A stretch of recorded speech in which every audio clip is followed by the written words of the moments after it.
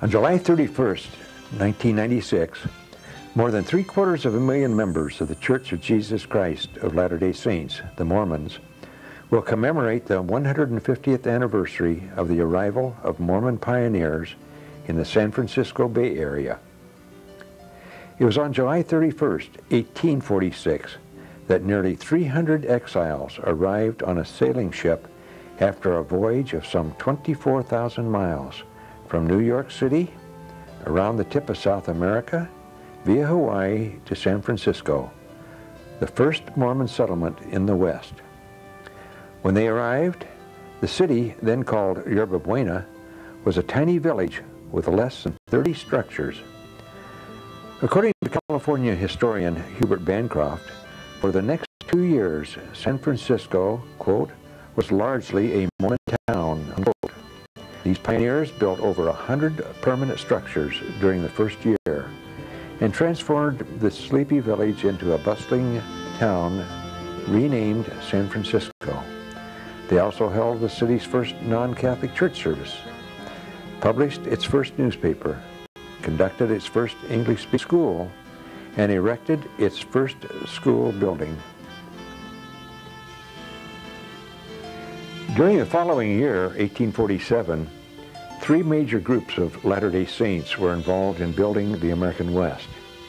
First, the main body of the church was at winter quarters on the Missouri River. In the spring, Brigham Young, dubbed by historians as the American Moses, led the first party from this group towards the Rocky Mountains, an arduous 6-month journey. Second, the Mormon Battalion completed its historic 2,100-mile march from Iowa to California and made significant contributions to several communities there. Until the mid-1850s, California Saints prospered. Despite wild economic swings, many enjoyed a measure of wealth from mining and other activities. Church congregations, small and large, dotted the state. No one would have imagined that within a few years, church activity would be almost completely extinguished.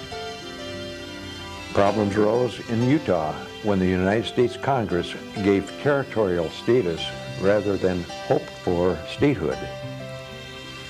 Then President Buchanan decided to remove Brigham Young from his office as territorial governor and to send an army of 2,500 to assure the installation of a new governor.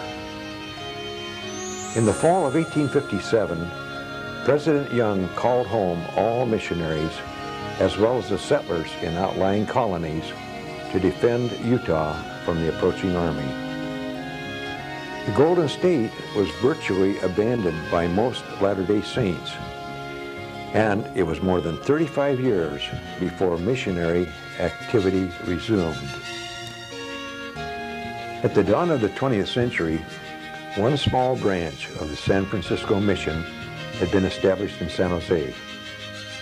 Its membership in 1902 consisted of the branch president, Henrik Victors, and his family, the Hendersons, and one other family, along with 7 missionaries called elders. Cottage meetings were held in the homes of members or the residence of the elders, who preached the gospel in St. James Park during the week, proselytizing bystanders. One of those persons was Chris Steinigel, who left his family in Chico, California, while he sought work in the orchards and canneries of San Jose. The family was reunited in the fall of 1902 and continued investigating the church until the following April, when Chris, his wife, and 4 of their children were baptized. With their baptisms, the size of the branch doubled.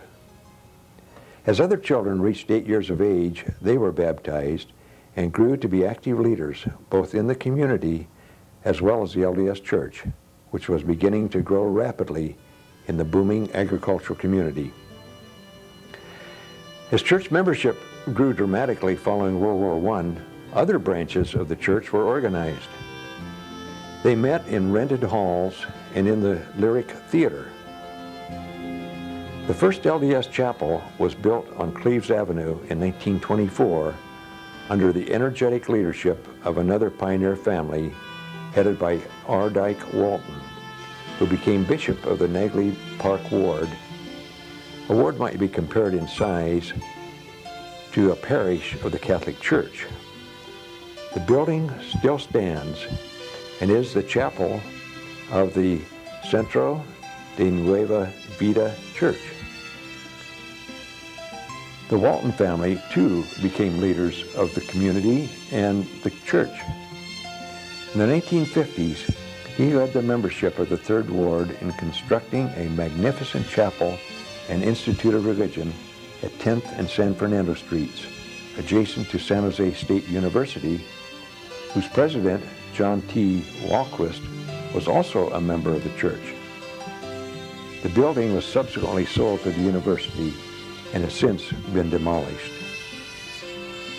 In the 1950s and the 1960s, there was a period of remarkable growth. Church membership in California had nearly tripled from just over 100,000 in 1950 to about 300,000 in 1965. The number of stakes more than tripled, from 18 to 59. As the population of San Jose climbed, local membership increased dramatically and missionary efforts redoubled. The first San Jose stake was formed in 1952 with Bernard L. Beckstrand as president. The 3,208 members, nominal membership size for a stake, grew to approximately 6,000 when it was divided in 1963. The San Jose, California stake is presently headed by President John A. Downs and First Counselor Charles A. McClellan, Second Counselor Philip L. Hartung.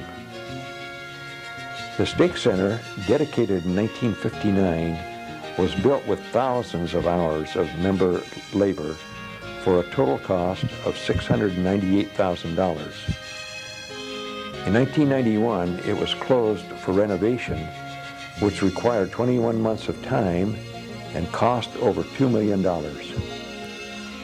As Gordon B. Hinckley, president of the Church of Jesus Christ of Latter-day Saints, said in a recent conference in Sacramento, "This is not the first time Mormons have been here.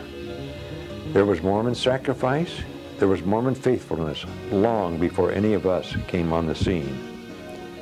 During his address, President Hinckley also testified, "I have seen miracles in my time, my brothers and sisters. The greatest miracle, I believe, is the transformation that comes into the life of a man or a woman who accepts the restored gospel of Jesus Christ and tries to live it in his or her life."